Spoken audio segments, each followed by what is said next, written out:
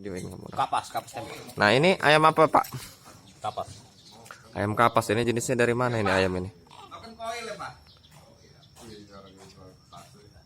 Nah ini ayam kapas lagi diobatin juga.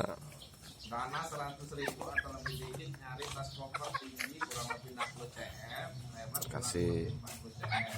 kembali ya, tolak angin dengan campur air. Wah, terlalu orang ini lah. Wah, kan jawabannya lagi nyari nih Kak, kalau ada PGK ada koper apaan harga Obatnya 100.000. ampuh, bisa dicoba. Obat batuk.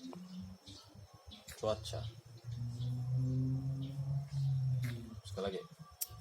Dia memang nolak pasti karena gak enak lah.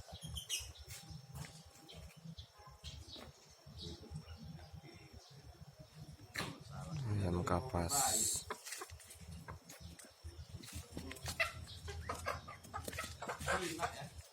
Untuk menjaga agar daya tahan tubuh kuat.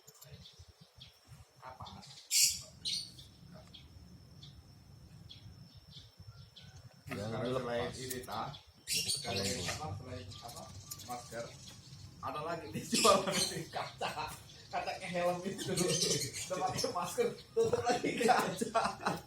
Wah, Kalau ayam kalkun itu telurnya jual 50.000 satu. Hah? Telur ayam kalkun. Ini ada berapa? Ini sudah kampung di grup ini. Nanti kalau